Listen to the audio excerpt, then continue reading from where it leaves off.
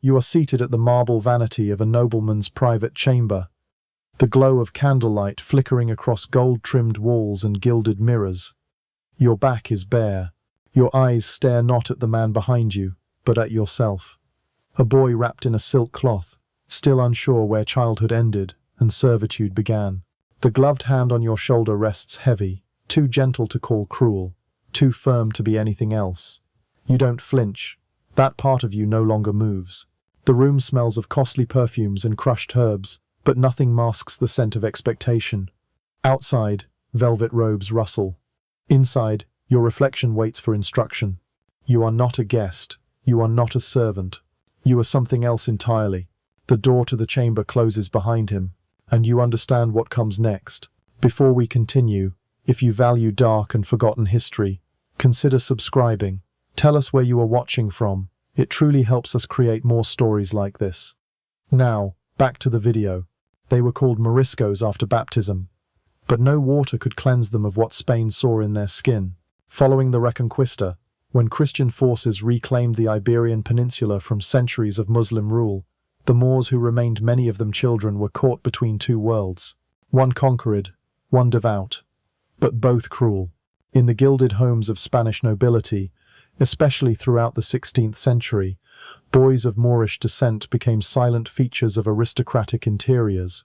Stolen from Granada, Seville, or Valencia, they were baptized, renamed, perfumed, dressed, and claimed, some as pages, others as curiosities, many as property in everything but word. And in the quiet corners of those homes, behind locked doors and drawn curtains, they were used. The Spanish crown called it assimilation. The church called it salvation. But for the boys who survived it, it was neither. It was captivity under a veil of civility. It was horror dressed in velvet and gold. And it was far more common than anyone dares to remember. In the early 16th century, Spain saw itself as a newly cleansed empire. The long campaign of the Reconquista had ended in 1492 with the fall of Granada, the last Muslim stronghold on the Iberian Peninsula. But military conquest was only the beginning. What followed was spiritual conquest, the forced assimilation or removal of those considered religiously dangerous, culturally foreign, or racially impure. At the center of this transformation was the Catholic monarchs, Ferdinand of Aragon and Isabella of Castile. They had forged not just a political union but a religious identity for the Spanish state. One people, one faith. Catholicism was no longer just a belief system, it was the fabric of national survival. Those who threatened it, even symbolically, had to be subdued, reshaped, or erased. The Moriscos, former Muslims who had converted often under duress, became the target of this purification. Though baptized and Christian in name, they were still treated with suspicion. Their customs, their food, even the way they bathed marked them as other. Many were farmers or craftsmen, but the children, especially the boys, held a peculiar allure for the Spanish nobility. They were seen as malleable, exotic, and above all, powerless. In the houses of the elite, Moorish boys were brought in under the guise of Christian charity. They were rescued from poverty and paganism, handed over to noble families to be raised in pious Christian homes.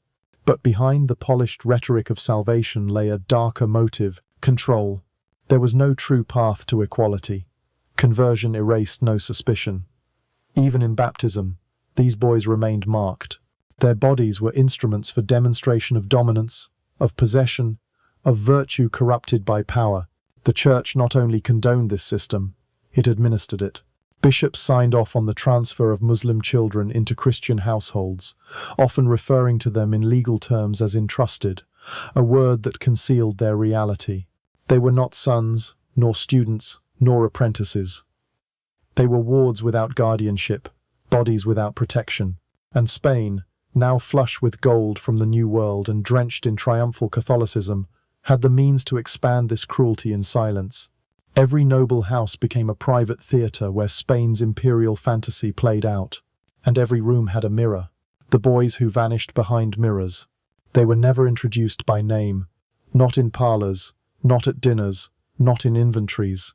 If they were written about at all, they were described only in passing: El Muchacho Moro, the Moorish boy, as if his body were just another piece of furniture, imported and polished. Most were between 8 and 14 when they entered the household. Captured from the southern provinces or sold by desperate families fleeing persecution, they were delivered to noble homes by brokers who specialized in human merchandise. The records, when they exist, are brief.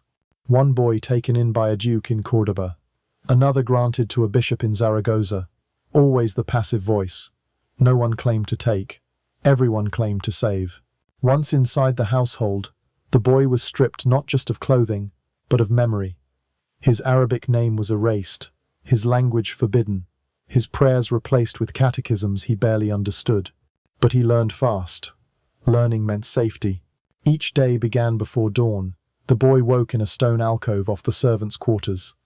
He bathed, often under watch, then dressed in simple robes, not ragged, but never silk. He learned to lace the nobleman's boots before his own feet were dry. He swept rooms he was not allowed to speak in. He watched meals he would never taste. He memorized the habits of a master whose moods could shift with the weather. But the real service began after dark. He would be summoned to the chamber not by a bell, but by silence. Sometimes for tasks, pouring oil, fetching linen, brushing a coat. Other times for presents, to stand, to kneel, to endure. The nobleman might rest a hand on his shoulder, might instruct him in Latin, might share a story from court, or might not speak at all. And when the boy was told to undress, there was no ceremony, only routine. There were no cries. Those had ended in the first week. To survive, the boy learned stillness, learned to breathe shallow, learned to let his reflection carry the fear he could not afford to show. His eyes, young, soft, black as obsidian, stared forward while the rest of him obeyed. He was praised for his silence, for his grace, for how beautifully he had been civilized.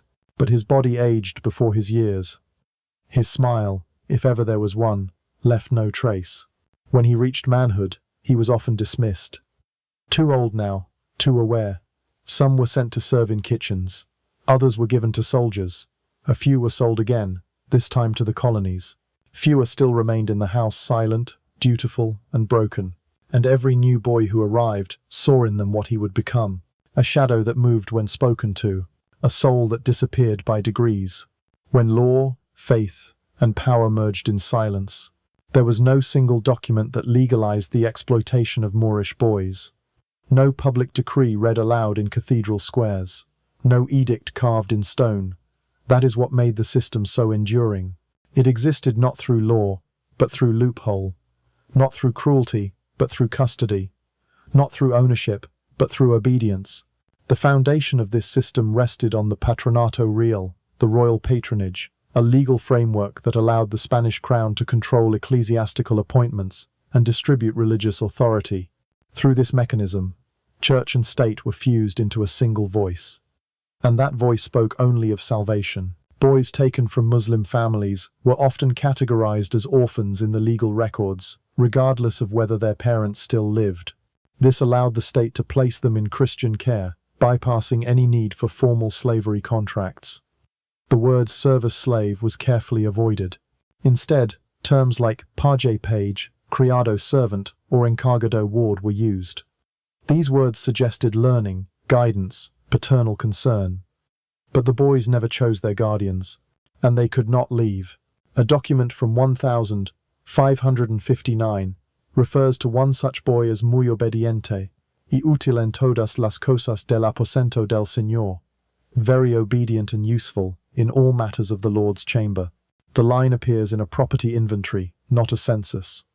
That was how the system worked. It did not need prisons. It had parchment. The Inquisition, while focused primarily on religious heresy, played its own part. Converts from Islam Moriscos were monitored for signs of backsliding. Families that resisted full integration risked fines, exile, or worse. In this climate of suspicion, noble families that accepted Moorish boys into their homes were seen as performing a Christian duty. The more they subdued the boys' culture, the more virtuous they appeared. Noble codes of conduct, known as fuero, enshrined honor, discipline, and hierarchy. They also created a culture in which servants, especially young boys of impure lineage, had no voice. To speak out was to insult the house. To defy a master was to commit moral treason, and no court would hear their case. Not when their presence was technically a favor, a gift, a salvation. Local bishops often acted as intermediaries in the transfer of boys. Some arranged placements in exchange for land grants or political support. A few did it for coin. Records show that in some regions of Valencia and Andalusia, the church itself maintained rosters of converted children placed under care, with no follow-up required. It was a closed loop. A boy was taken, baptized, placed, used, and if he vanished, the paper trail ended with the phrase, "Se ha cumplido con su conversión." His conversion has been fulfilled. No questions were asked. None needed to be. Because when law, faith, and nobility operate with the same face, no one remains to bear witness. Not the judge, not the priest, not the boy. How one boy's fate became many. At first, it was improvised. One nobleman taking in a boy as a favor to the bishop, another acquiring a servant of Moorish stock through a relative in the military. Each arrangement appeared isolated, uncoordinated. But as Spain's empire solidified, the pattern became a structure, and the structure began to replicate. By the mid-1500 seconds, noble households across Castile, Aragon, and Andalusia had adopted what they called la costumbre de payas moriscos, the custom of Moorish pages. No official edict declared it, but it was everywhere. In court, the presence of a converted boy became a marker of status. Kings and cardinals maintained retinues of them. Governors in the colonies requested them by letter. The boys were passed down like heirlooms. When a noble son married, the father's boy might be transferred to the new bride's household. If the boy was too old, he was replaced. If he resisted, he was reported to the church for backsliding. In either case, another child would take his place. There were always more refugees fleeing the Alpujarras uprisings, orphans from rural districts, captives seized by soldiers on patrol. Even institutions meant for mercy were folded into the cycle. Church-run orphanages in cities like Toledo and Granada accepted Moorish children under conversion programs. But these homes were not endpoints. They were distribution centers. A boy might spend 6 weeks learning the Lord's Prayer, then be adopted by a wealthy patron. The church would issue a baptismal certificate, ensuring his Christian identity was documented and irreversible. No more Arabic name, no more tribe, no more claim, only a slip of parchment proving he had been saved. In royal courts, it went further. Some aristocrats styled these boys in foreign silks, presenting them like treasures from an exotic land. Painters captured their presence always in the background, always silent. In poems, they were likened to tame falcons. In letters, they were praised for their obedient nature and soft manner. There was a vocabulary for cruelty that never used the word.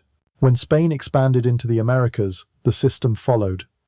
Documents from early colonial Mexico and Peru mention young Moorish boys brought across the ocean as servants to viceroys and clerics. Their presence was justified as educational.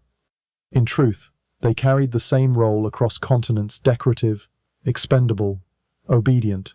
Even when Spain expelled the Moriscos in 1609, some boys were retained. If a child had been baptized young, if he spoke only Spanish, if he had no known relatives, the household could petition to keep him. Many of these boys had nowhere else to go. Their culture erased, their faith overwritten, their origin forgotten even by themselves. And so they stayed, serving new masters, training younger replacements, teaching silence. The system did not die. It became invisible. What remained after the mirrors went dark. There are few graves, fewer names, almost new confessions. The boys who once stood behind velvet curtains, who poured wine for dukes and stood mute in candlelight, disappeared without rebellion. They left no journals. They built no altars to themselves. Their voices were never recorded because they were never supposed to speak. What remains are shadows in documents, phrases, like El paje moro que servía en silencio, the Moorish page who served in silence. Paintings from the 16th century sometimes include them: a boy in the corner, his skin darker than the rest, eyes lowered, holding a basin or a tray. Sometimes smiling faintly, sometimes not at all. They were not slaves, the records insist. They were Christians, clothed, instructed, sheltered. But the word choice appears nowhere. Not once. Historians have long avoided the subject. Spain's imperial glory is easier to recount when the mirrors are turned outward, when the gold is polished, when the liturgy drowns out the footsteps of children down cold stone halls. But beneath that legacy lies a quiet architecture of abuse, a system that folded itself into the domestic fabric of empire. What happened to Moorish boys in noble households was not isolated. It was practiced, repeated, inherited, even as Spain turned its gaze to the Americas, even as the Moriscos were expelled en masse in the early 17th century. The memory of these boys remained embedded not in public monuments, but in the behavior of a ruling class that had trained itself to see obedience as virtue and silence as grace. Some of the boys grew old, some did not. Some were buried beneath chapels, their crosses new but their pain ancient. Most were not buried at all. And in the end, Spain forgot them. But forgetting is not the same as undoing. What they endured did not vanish. It sank into the walls, into the wood, into the words that no one dared write. The nobility called it tradition. The church called it mercy. But history has another word for it, a word written not in gold, but in skin, a word that survives in silence, and in mirrors no longer watched.